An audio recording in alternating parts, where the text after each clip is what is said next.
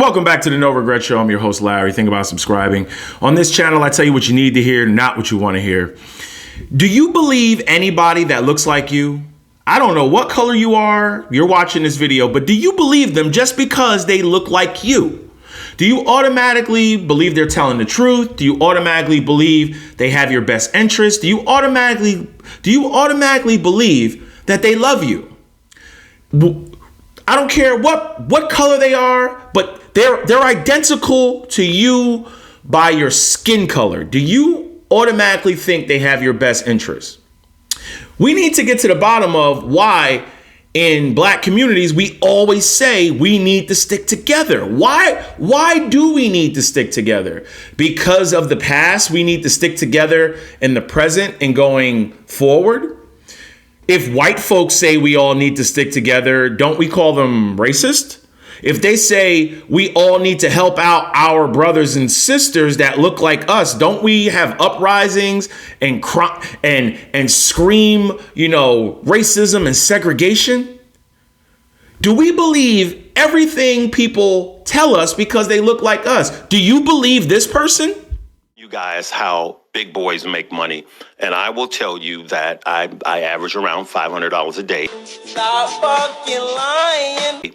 Every morning, mostly Mondays, Wednesdays, Fridays, but Tuesdays and Thursdays, and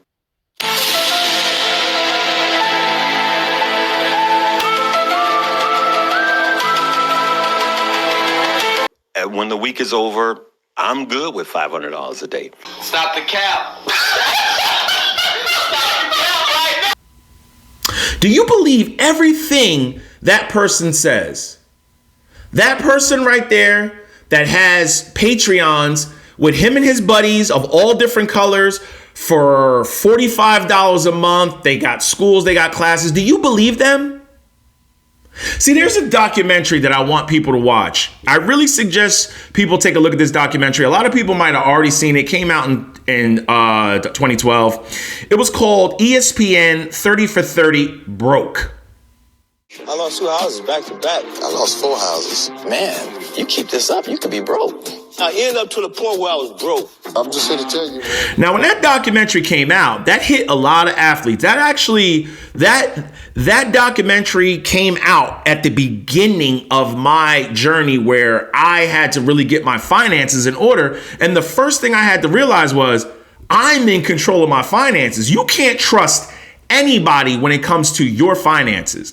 When it comes to a CPA, recently I did my taxes and my CPA said, we could cut the check for you because every year it's like rolling the dice. I either owe or I get a small return back. And they said, because, I don't do fundraisers like a lot of these other people out here. Yeah, you know what I'm getting at.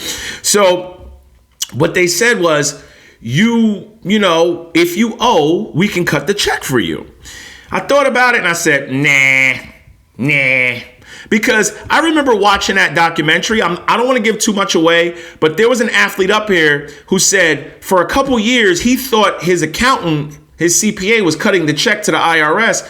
Come to find out after he retired, he gets a bill from the IRS. His CPA was stealing the money. He never cut the check to the IRS, and the IRS don't want to hear that shit. They want their money. So I declined. You want to know why I declined? Because I seen that before. Now, my accountant, great guy, but we're not friends. He works for me. I pay him. He does a service. So when he came on and said I could cut the check for you, I said, nah, I'm good. You send me that cover paper of how much I owe. I cut out a check to the CPA for his services. I cut a check to the IRS. I mailed it myself. I went to the post office. I mailed it to the state and federal. I got a tracking number, and when they got the check and cashed it, I saved everything. I save everything when it comes to my taxes because I've had problems 7 years down the line where the state tax said I didn't pay them, and I pop up with a receipt, and all of a sudden it's, oh yeah, you did pay us, and I never hear from them again. People have horror stories when it comes to taxes. I save everything. I file everything. I save everything. I put it in a packet, and I put it in a safe. Now, I mailed that myself because that's my responsibility. I didn't trust anybody with it. The same way I don't trust anybody with my money up here. A lot of these influencers will have you pay them, but they will say, we're not telling you to buy, sell, or hold. We're not responsible for your finances. So when you lose money, which you most likely will, because if they can't guarantee you're going to make money, say you call the attorney general and you file complaints. You know what they're going to tell you? You are the stupid ass that followed a influencer when it came to money. Are you that stupid where you trust somebody on a computer screen or your phone? When it comes, I've always said this, when it comes to your money, if you're not getting a bag of coffee, if you're not getting a plant, if you're not getting drinks, if you're not getting a hoodie, a product, a hat, some sneakers, some boots, some shoes, you should not be paying anyone for any service that they can't guarantee. That's like you paying your CPA to do your taxes. They don't do your taxes, but they take your money. But they tell you, hey, listen, I'm not a CPA, I'm a pilot. Why'd you listen to me? I told you from the door I was a pilot. You continuously paid me as your CPA. I told you I was a pilot. I don't do taxes. I just told you I do taxes. I couldn't guarantee you I was going to do your taxes. You continuously paid me. How do you file a complaint? Would you board a plane if the pilot who's dressed like a pilot walks down that, what the hell is that called? Somebody help me in the comment section. I always forget that thing. When they walk down the, that tunnel. Yeah, you know what I'm talking about. It leads to the plane. When you walk down that tunnel, the person in front of you is just like a pilot, but they go, I'm not even a pilot. I make pizzas. This is my first time attempting to fly this plane. Are you going to continuously follow them? Some people will. I will politely take my carry-on, turn around, tell my girl, we're not flying on this one, and walk off.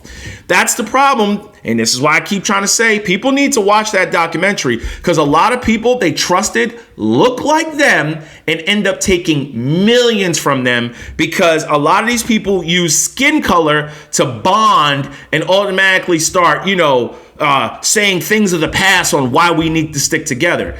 I put great people in my circle. I've always said this. I don't care what color you are, because bad people and assholes come in all different colors. I put great people in my circle.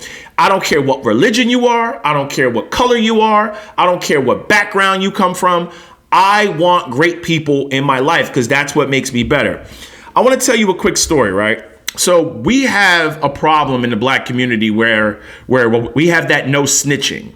A person can get taken out right in front of somebody and they won't snitch. And then these same people will say, we have so much crime in our inner city.